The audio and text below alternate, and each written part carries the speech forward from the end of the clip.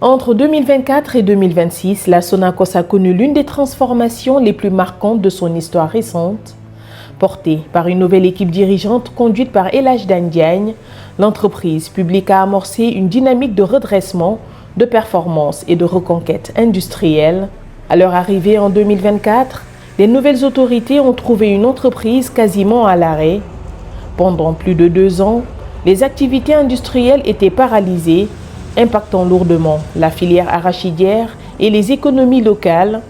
La priorité a été claire, remettre en marche l'outil industriel.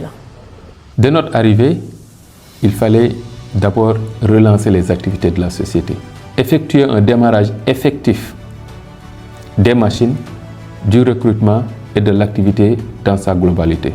S'assurer du retour des produits qui sont très bien connus, des produits de la Sonacos dans les rayons, mais aussi les présenter encore une fois aux Sénégalais comme ça l'a été bien avant.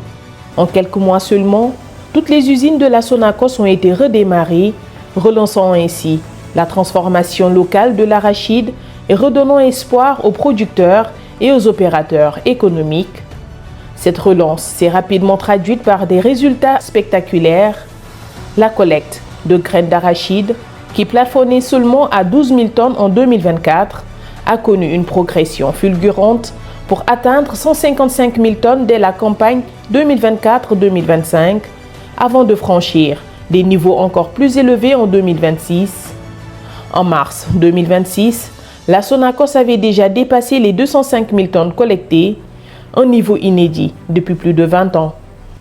Ces performances ont pu être réalisées grâce à une stratégie de collecte payante, grâce aux efforts, à la mobilisation et à l'implication de tout le personnel donc, de la Sonacos, grâce aussi à l'implication personnelle du directeur général qui n'a ménagé aucun effort pour en tout cas l'atteinte des objectifs. Ces résultats ne pouvaient pas être, disons, réalisés sans l'accompagnement de nos partenaires que sont les opérateurs, qui sont des partenaires historiques, qui nous accompagnent depuis plus de 30 ans, disons, donc qui nous accompagnent en tout cas dans la réalisation de nos objectifs et de nos performances. On entretient avec ces opérateurs, en tout cas on développe un partenariat dynamique, solide, basé sur la confiance mutuelle et qui a donné aujourd'hui donc les résultats que nous avons obtenus. À la base de ces résultats, une organisation rigoureuse et des innovations opérationnelles majeures, des délais de déchargement réduits à 48 heures, des paiements effectués sous 72 heures. L'année dernière, on avait mobilisé des financements à hauteur de 70 milliards la première année pour la campagne 2024-2025 et pour cette campagne 2025-2026, on a pu mobiliser jusqu'à 100 milliards de financement pour acheter environ 225 000 tonnes. Ça, c'est du côté de la collecte. Ces 2 années également ont été très intenses sur les exports parce que Sonacos est revenu sur le marché international, notamment en Chine. Et on a pu exécuter beaucoup de contrats de vente d'huile vers la Chine. Ça, c'est vraiment avec l'appui du DG, ses connaissances du marché international. Derrière ces résultats, on y retrouve notamment une équipe dynamique et engagée, portée par un leadership innovant. Pour M. Diagne, il était important de travailler dès le départ sur la culture d'entreprise avec un nouveau mindset et une nouvelle vision. L'entreprise prône aujourd'hui comme valeur l'intégrité, la performance et la responsabilité, des principes fondamentaux pour remettre en marche la société. C'est des valeurs qui me parlent personnellement. Depuis mon intégration à la Sonacos, j'ai trouvé une équipe assez dynamique et j'essaie de répondre à cet élan-là en apportant beaucoup de rigueur dans mon travail. Sonacos, nous nous sommes réinventés, nous sommes revenus sur le marché pour vraiment reprendre ce qui nous appartenait.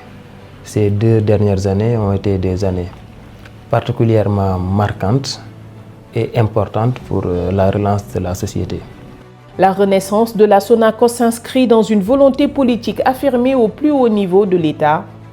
Sous l'impulsion du Premier ministre Ousmane Sonko, un conseil interministériel spécialement dédié à l'entreprise a été organisé le 22 août 2025. À l'issue de cette rencontre stratégique, 14 mesures structurantes ont été adoptées pour accompagner la modernisation de la société avec une enveloppe globale de 25 milliards de francs CFA dédiée à sa relance. Ce soutien s'est également traduit par le transfert de la tutelle de l'entreprise vers le ministère de l'Industrie et du Commerce, des visites de terrain des autorités gouvernementales dans les unités industrielles, dont la visite du Premier ministre à l'usine de Kaolack, symbole du renouveau industriel, et celle du président de la République, son Excellence M. Bassirou Diomaye Diakhar Faye, sur le nouveau site, devant abriter la nouvelle usine Sonacos de Médina Yoro Fula. C'est toute une population, une ville qui est censée se développer autour de ça. Il faut aller dans une démarche beaucoup plus holistique que la zone d'aménagement, d'investissement, et vous dire que vous êtes en train de redéfinir et de façonner le nouveau visage d'une ville florissante. Au-delà de la performance économique, la Sonacos s'impose aujourd'hui comme un acteur majeur du développement territorial. L'entreprise a généré jusqu'ici plus de 7000 emplois directs et indirects, impacte positivement les zones rurales et urbaines où elle est implantée et contribue activement à la structuration de la filière arachidière. Consciente que la performance durable passe par les compétences, la Sonacos investit également dans le renforcement des capacités de son personnel. De nombreux programmes de formation ont été déployés ces 2 dernières années pour améliorer la productivité, la qualité et la compétitivité de l'entreprise. Et l'habitude de savoir ce que vous avez fait dans la journée, ça vous permet de savoir si vous avez été productif ou pas. Tels sont les mots du directeur général, El Hadj Ndane Diagne, qui a l'habitude de le lancer auprès de son personnel. Ces mots impactants renforcent notre mindset sur la culture d'entreprise, qui est l'intégrité, la performance et la responsabilité. Avec une projection de 250 000 tonnes pour la campagne 2025-2026, la Sonacos confirme son retour au premier plan et sa contribution stratégique à la souveraineté alimentaire du Sénégal. Sa mission est désormais pleinement assumée, assurer un approvisionnement suffisant du marché national en huile, valoriser la production locale et positionner le Sénégal comme un acteur industriel compétitif. Vous voyez, nos produits sont de retour sur le marché depuis 2 ans maintenant. La Sonacos met à la disposition des Sénégalais les produits historiques, les huiles historiques que vous avez toujours connues. Niani, Ninol, ce sont les marques avec lesquelles nos grands-mères ont toujours fait la cuisine. Ce sont les marques avec lesquelles la plupart d'entre nous, nous avons grandi. Et nous sommes là pour continuer à vous donner un produit qui vient de nos cultures sénégalaises, qui vient des paysans sénégalais, pour continuer à vous servir et vous offrir un produit qui garantit votre santé.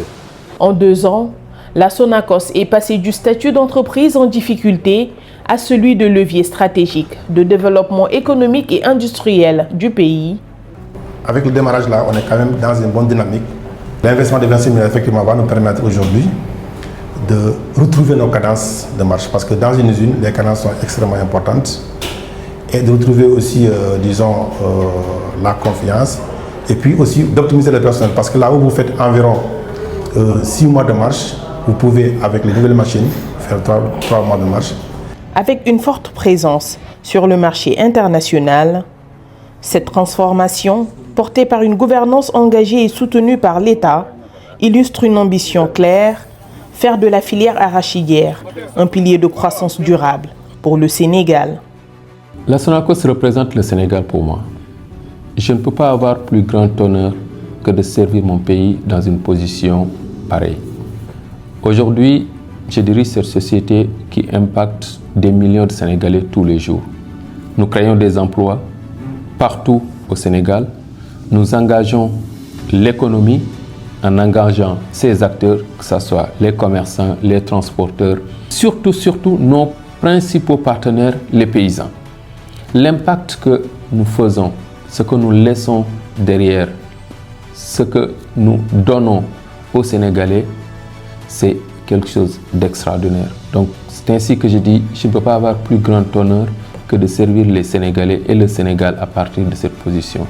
Et aujourd'hui, on a vu ce qu'on a pu faire avec le nombre de personnes que nous recrutons, l'impact que nous faisons dans les localités où nous opérons, la stimulation économique que nous générons. Je pense qu'on ne peut pas avoir plus grande fierté que de dire qu'on a été à la tête d'une telle action, ou bien qu'on a stimulé, ou bien qu'on a démarré une telle action pour en arriver là.